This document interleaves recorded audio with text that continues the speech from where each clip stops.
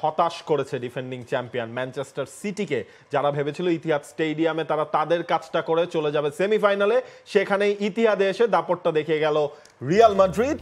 এবং ম্যানচেস্টার সিটির জন্য দুর্ভাগা ভাবা ছাড়া আপনি কি বলবেন, মানে প্রতিপক্ষের প্ল্যানে আসলে তারা মার খেয়ে গেছে। এবং ম্যানচেস্টার সিটি বেশ কিছু সময় ধরে আক্রমণ করে গেছে, একটার পর একটা আক্রমণ করে গেছে।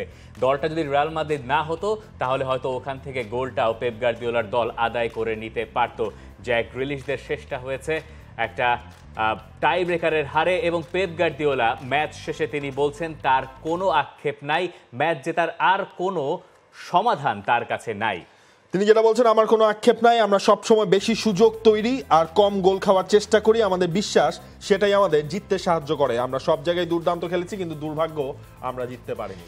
এবার আসুন এই যে পেপ গার্দিওলা যে কথাটা বলেছেন তার পক্ষে আর বিপক্ষে যুক্তি দেখাই। ম্যানচেস্টার সিটিকে আপনি যদি এই সিজনে গেল 2-3 মাস ধরেও ফলো করেন তাহলে আপনি জানেন যে সিটিকে আটকে দেওয়া সম্ভব। আর্সেনাল সেই কাজ করেছে, লিভারপুল সেই কাজ করেছে, ম্যান সিটি ম্যাচ ডমিনেট করতে চেয়েছে, ম্যান সিটি ম্যাচে চান্স ক্রিয়েট করেছে, কিন্তু ম্যান সিটি গোল করতে পারে নাই। এবং এই জায়গায় খুব স্বাভাবিকভাবে এরকম একটা ম্যাচের পরেও এর্লিং হল্যান্ডকে নিয়ে প্রশ্ন উঠবেই। দেখেন গতকালকের ম্যাচে তার ফার্স্ট একটা হেডার হচ্ছে কি আপনার বার পোস্টে লাগলো, এর আগেও কিন্তু তিনি একটা ফ্রি হেডার পেয়েছিলেন যেটা ওপর দিয়ে তিনি মেরেছেন।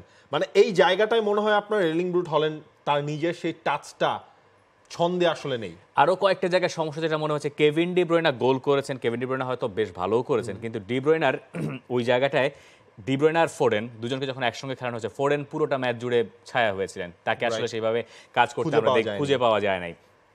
এবং পরে গিয়ে যখন পেনাল্টির সময় আসলো, হল্যান্ড ডি ব্রুয়না যেহেতু সবাই উঠে গেছেন, পেনাল্টি নেওয়ার মতো ফুটবল আসলে কে ছিলেন? Bernardo Silva. আমরা যদি পেনাল্টিতে চলে আসি, যে মিসটা আসলে করেছেন, ওইখানে খুব ইন্টারেস্টিং একটা ঘটনা ঘটেছে। যখন রিয়াল মাদ্রিদ তাদের প্রথম শট লুকা মদ্রিচ ঠেকিয়েছে, লুকা মদ্রিচ শটটা ঠেকে দেওয়া হয়েছে এডারসন, এবং আলভারেজ শুরু করেছেন, তারপরে হচ্ছে রিয়াল মাদ্রিদ মিস করলো, এরপরে বার্নার্দো সিলভা আবার যাবেন, খুবই ভাইটাল তাই না পেনাল্টিতে, বল খুঁজে পাওয়া যাচ্ছে না, বল ছাদে এবং ম্যানচেস্টার সিটির সমর্থকদের কাছে, এবং সেখান থেকে বল যখন আসলো ওখানে 30-40 সেকেন্ডের একটা বিরতি ছিল, এবং ওর ভেতরেই বোধহয় সম্ভবত বার্নার্দো সিলভা বলটা একেবারে ক্যাচ তুলে দিলেন। এটা নিয়ে যখন পেপ গার্দিওলাকে জিজ্ঞাসা করা হলো যে বার্নার্দো সিলভার এই পেনাল্টিটা নিয়ে তো অনেক কথা হচ্ছে, হ্যাঁ ধরেন একটা জিনিস মিস হতে পারে, বাট তিনি যে টেকনিকটা ইউজ করেছিলেন সেটা তো পুরোপুরি ভেস্তে গেছে, মানে কিছুই না, উনি জাস্ট অলমোস্ট একদম ইজি একটা গ্র্যাব তাকে করতে হচ্ছে। তখন পেপ গার্দিওলা বলছেন যে বার্নার্দো সিলভা ম্যাচে কি করেছে আপনারা এটা ভুলে যান না। না, সেটা ভুলে যাওয়ার কোনো সময়, দ্যাটস ট্রু। মানে ম্যাচেও কিন্তু আপনার সিলভা কিন্তু বেশ ভালো একটা সুযোগ পেয়েছিল, ইনফ্যাক্ট যেটা হল্যান্ডের শট পোস্টে লাগলো সেটাও কিন্তু সিলভা জাস্ট টাচ করতে পারলেই সেখানে ম্যানচেস্টার সিটি গোল পেয়ে যায়। সেখানে তিনি একেবারে অপ্রস্তুত ছিলেন ওই সময়। তাহলে হয়তো কোভাচিচের মিসটাও বড় একটা পেনাল্টি থেকে। এখন টাই ব্রেকারের হিসাব করে আসলে লাভ নাই, যখন একটা জিনিস টাই ব্রেকারে চলে গেছে তখন ওইটার ভালো মন্দ হিসাব করা, যাচাই করা প্রায় অসম্ভবের কাছাকাছি।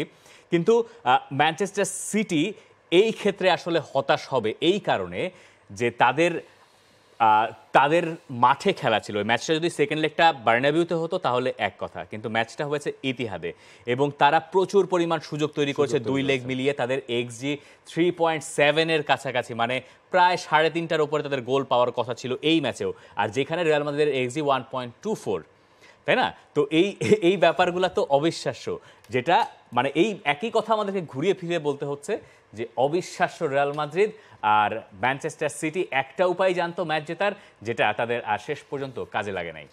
For more updates, subscribe to our YouTube channel and click on the bell icon. Follow us on Facebook and Instagram. Download T-Sports app to enjoy exciting games and highlights. Visit tsports.com.